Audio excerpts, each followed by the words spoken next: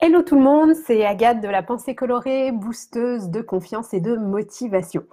Alors aujourd'hui, je vous retrouve pour vous parler de vos croyances limitantes. Alors, je ne vais pas vous faire un petit speech sur les croyances limitantes en tant que telles, mais plutôt pour vous parler de l'importance de dépasser vos croyances limitantes et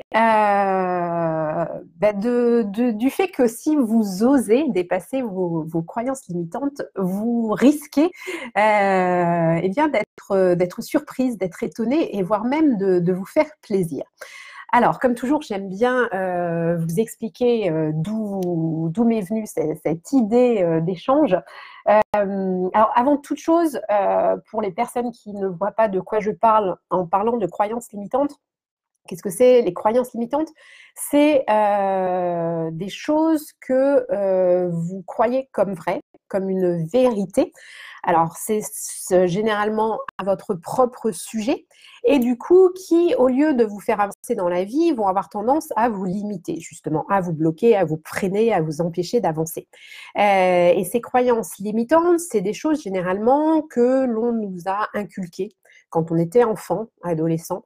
Ça peut être par des personnes de notre entourage, par nos parents, nos grands-parents, ça peut être par des instituteurs, par des professeurs, après ça peut être par des patrons, des choses qui nous ont été dites. Alors les patrons, c'est un peu plus tard, mais ça fonctionne encore aussi quand on est adulte, surtout quand c'est pour venir appuyer sur une croyance limitante que l'on avait déjà au fond de nous. Et ces croyances limitantes, c'est des choses que l'on nous a dites sur des capacités à faire certaines choses, ça peut être aussi au niveau physique, enfin, tout un tas de choses qui nous ont été dites, donc généralement enfants, et que l'on a pris pour des vérités, sans se poser de questions, sans chercher à savoir si c'était la vraie vérité. Et du coup, nous sommes persuadés, nous sommes convaincus que c'est la réalité. Et du coup, très généralement, cela nous empêche d'avancer, ce sont des choses qui nous bloquent.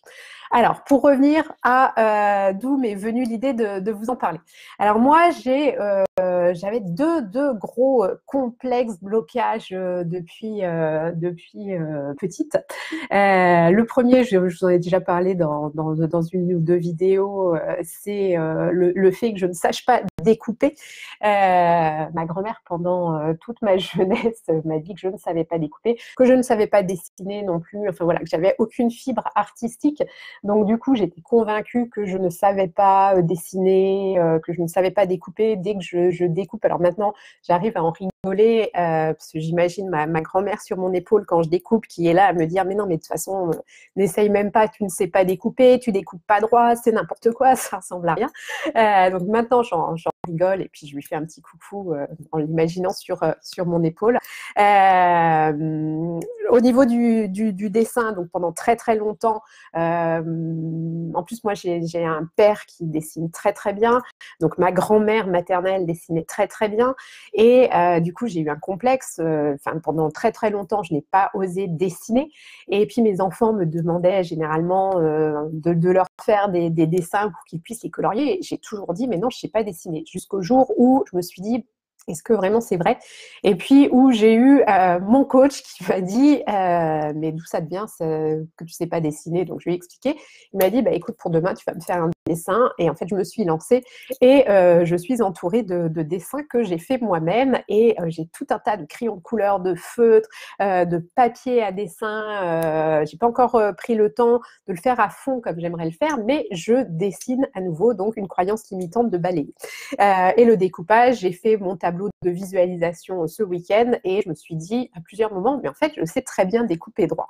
Voilà, c'est la petite anecdote. Et puis, le second gros complexe que j'ai toujours eu, c'est au niveau de ma voix. Alors, j'ai toujours entendu que je chantais faux et que j'avais une voix très, très désagréable. J'avais une très, très bonne amie de mes parents, chez qui en plus on allait très, très souvent passer des week-ends, tout ça, qui, en plus j'étais entourée, il n'y avait que des garçons, j'étais la seule fille dans les enfants des amis de mes parents, et qui m'appelait gentiment la poissonnière. Donc, pour l'estime de soi et pour être à l'aise avec sa voix, c'est pas vraiment la meilleure des choses. Et du coup, j'ai grandi en me disant que j'avais une voix terrible. Et c'était, bon, après, c'est comme ça pour tout le monde, mais en plus, moi, j'entendais ma voix d'une certaine façon. Et quand je l'entendais, du coup, sur des cassettes audio d'enregistrement, je focalisais sur le fait que j'avais une voix horrible, que c'était insupportable, et c'était très, très complexant. Et en plus, on me disait que je chantais faux, donc j'avais la croyance que j'avais enfin, vraiment une sale voix, et qu'en plus, je ne savais pas chanter. Donc, je me suis enfin voilà, je me suis contenue, je ne chantais pas, et j'ai eu un gros complexe là-dessus. Et la vie est toujours très intéressante parce qu'elle nous met aussi des personnes qui vont nous faire travailler sur justement nos complexes, sur nos croyances limitantes. Et à un moment donné où j'étais en pleine période de transition, c'était il y a 4 ans, ouais, bientôt 5 ans, lorsque j'ai fait ma reconversion professionnelle et où j'avais commencé par un travail d'introspection. Je suis partie à la découverte de qui j'étais et c'était quelque chose de très remuant et émotionnellement assez... comment dire, assez fort et assez remuant. Et du coup, j'avais un peu les émotions en dents de scie. Et j'étais un peu à fleur de peau de temps en temps. Et puis, je me suis retrouvée à une soirée où une personne qui était là, à un moment donné, bon, elle était complètement bourrée. Et elle n'a pas arrêté de dire des saloperies à tout le monde, mais elle est venue me dire sa petite saloperie qui a fait, elle a mis le doigt sur quelque chose que j'avais besoin de travailler. Et elle est venue me voir en me disant qu'elle ne me supportait pas, qu'elle ne supportait pas ma voix, que c'était insupportable de m'entendre parler, et puis voilà, et que je ne pouvais pas faire des efforts de positionner ma voix, qu'elle avait une voix grave, que moi je partais dans les aigus, que c'était insupportable. Je m'en suis pris plein la gueule, j'en ai pleuré. Et du coup, ça a été un déclic, et du coup, j'ai été accompagnée par une coach, donc j'ai travaillé là-dessus. Et j'ai réalisé aussi que c'était une croyance limitante et puis que cette personne, en fait, était venue appuyer sur cette croyance que j'avais, mais que quand je faisais le bilan, finalement, à part avoir été appelée la poissonnière quand j'étais jeune, et puis après cette femme qui m'avait balancé tout son venin, craché tout son venin, personne ne m'avait jamais dit que c'était insupportable de m'entendre parler. Donc j'ai travaillé là-dessus, j'ai accepté, je me suis dit que c'était, voilà, que je pouvais accepter ma voix. Et puis, c'était au moment, quelques mois après, lors de ma certification de coaching, on passait une sorte de, je ne sais pas comment dire, c'est pas un examen, mais une sorte un peu d'oral. Et ça se passait par Skype parce que moi, le coach qui me faisait passer ça était à l'étranger. Et à l'issue de cet accompagnement, enfin je sais pas, cet examen, il m'a dit, bon, quelque chose qui n'a rien à voir, mais je voulais te dire quelque chose, tu as une voix qui passe très très bien, tu t'exprimes très clairement, tu as un timbre très très clair et c'est super agréable, et ça, pour le coaching, ça va être quelque chose sur lequel tu vas pouvoir t'appuyer. J'en ai eu des larmes d'émotion. D'ailleurs, j'ai encore de l'émotion quand je vous partage parce que c'était un cadeau. D'ailleurs, je lui ai dit, mais c'est extraordinaire le cadeau que tu me fais. Et du coup, c'est venu complètement effacer ce complexe que j'avais par rapport à ma voix.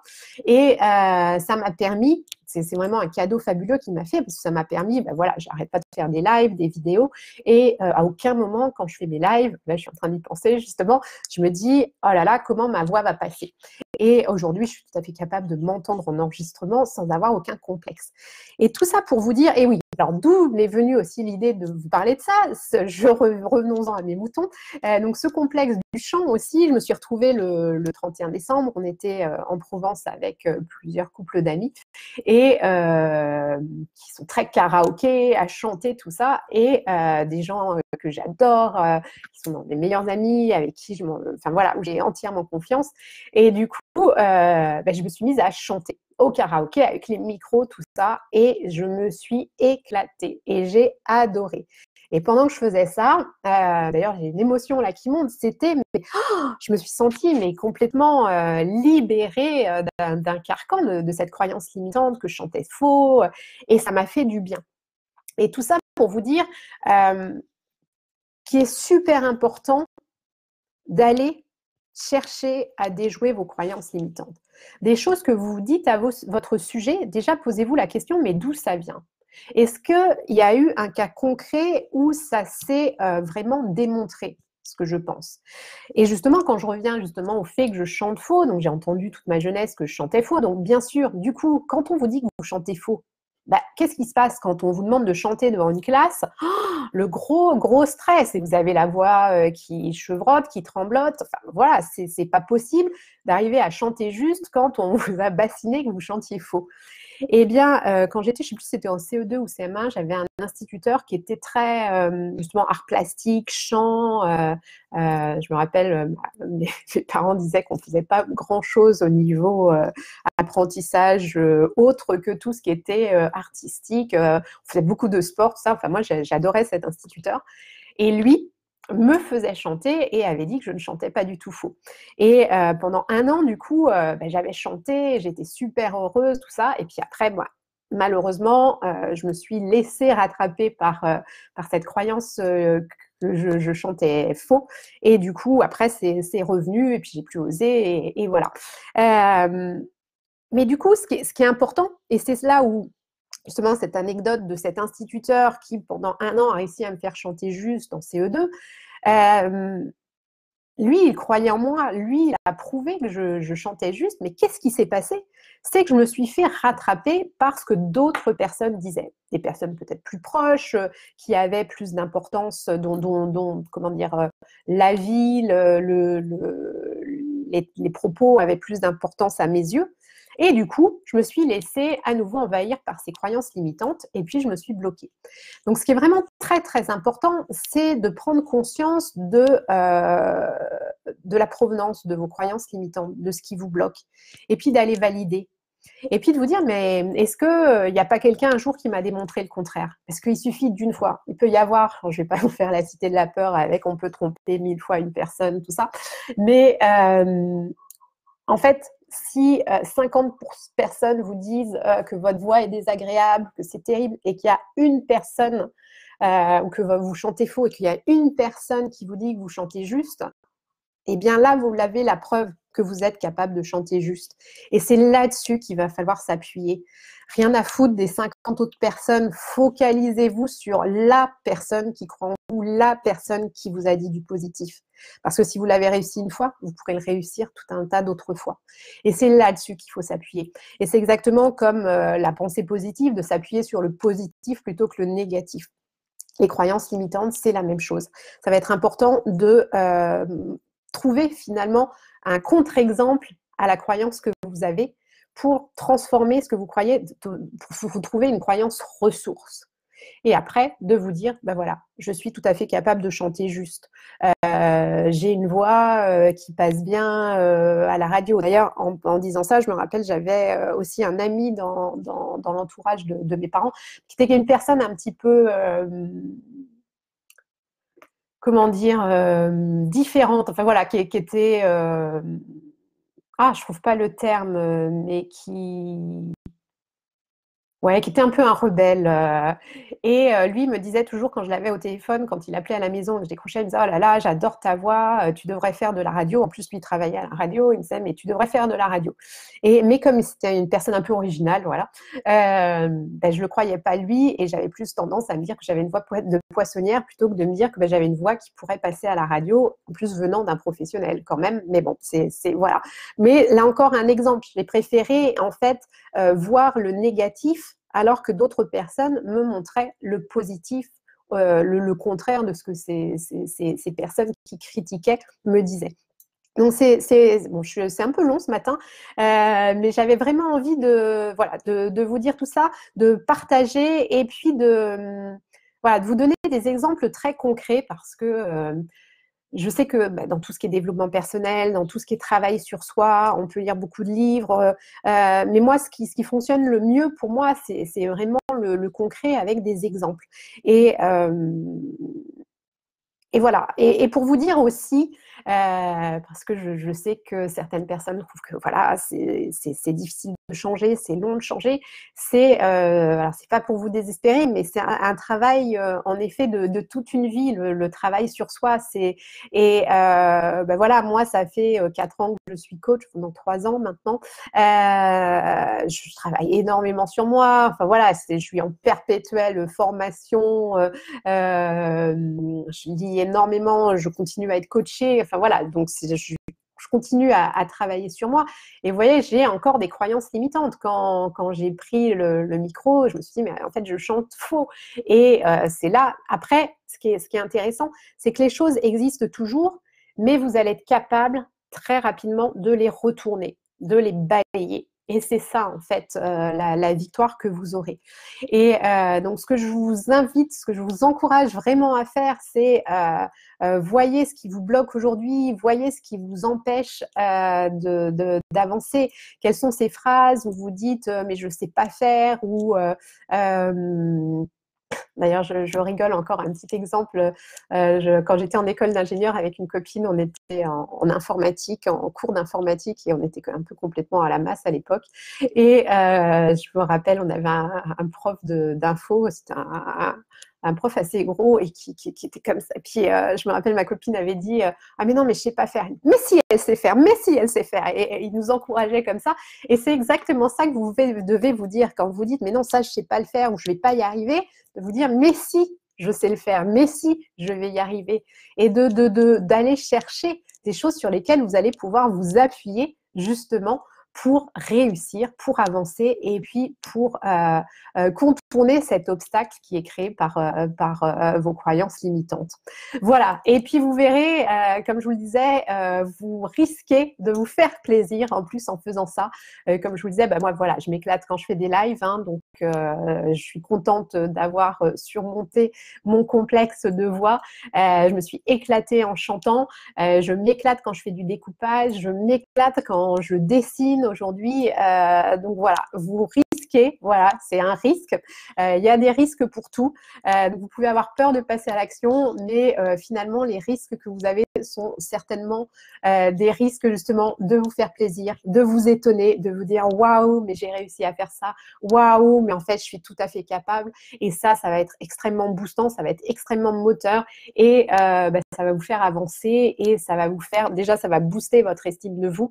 Hein, parce que ces croyances limitantes, elles ont tendance à nous rabaisser et à nous faire avoir une putain de mauvaise estime de nous. Alors qu'au contraire, si vous osez faire ces choses-là, que vous osez faire des choses… Alors, si vous n'aimez pas chanter, bien sûr, n'allez pas chanter, n'allez pas dans une chorale, ça va pas vous faire plaisir. Mais écoutez votre cœur. Et moi, depuis toujours, je me disais, j'ai envie de chanter, j'ai envie de dessiner, des choses comme ça, et je n'osais pas le faire. Et aujourd'hui, je le fais et je m'éclate. Et c'est ça le message que je voulais partager avec vous. Vous risquez de vous étonner, vous risquez de kiffer ce que vous allez faire, vous risquez de prendre du plaisir et de vous épanouir. Donc, allez-y, foncez. Voilà ce que j'avais envie de partager avec vous. Si cette vidéo vous a plu, n'hésitez pas à faire des likes, des petits cœurs, à la partager si vous pensez qu'elle peut aider d'autres personnes dans votre entourage, hein, des personnes qui auraient besoin aussi d'un petit coup de boost pour oser être elles-mêmes à 100%. Et puis, si vous avez besoin d'aller plus loin, justement, pour travailler sur vos croyances limitantes, pour vous dépasser, pour dépasser vos peurs, n'hésitez pas à prendre rendez-vous avec moi pour une séance clarté. Nous passerons 45 minutes ensemble. L'idée, c'est d'identifier justement ce à quoi vous aspirez et ce qui vous empêche aujourd'hui d'avancer vers la vie de vos rêves, la vie qui est la vôtre, une vie où vous épanouissez, une vie où vous êtes vous-même à 100% sans complexe ni culpabilité. Pour ça, c'est simple, vous allez sur mon site www.penser-coloré.com et puis là, vous avez un onglet séance clarté, vous prenez rendez-vous, vous remplissez un petit formulaire pour préparer la séance et puis on se parle et puis vous repartirez de cette séance en étant complètement boosté, motivé et en ayant envie d'avancer vers une vie qui est la vôtre. Voilà, écoutez, je vous souhaite une très très bonne journée. Je vous envoie plein de belle énergie colorée et puis prenez soin de vous. Bye bye.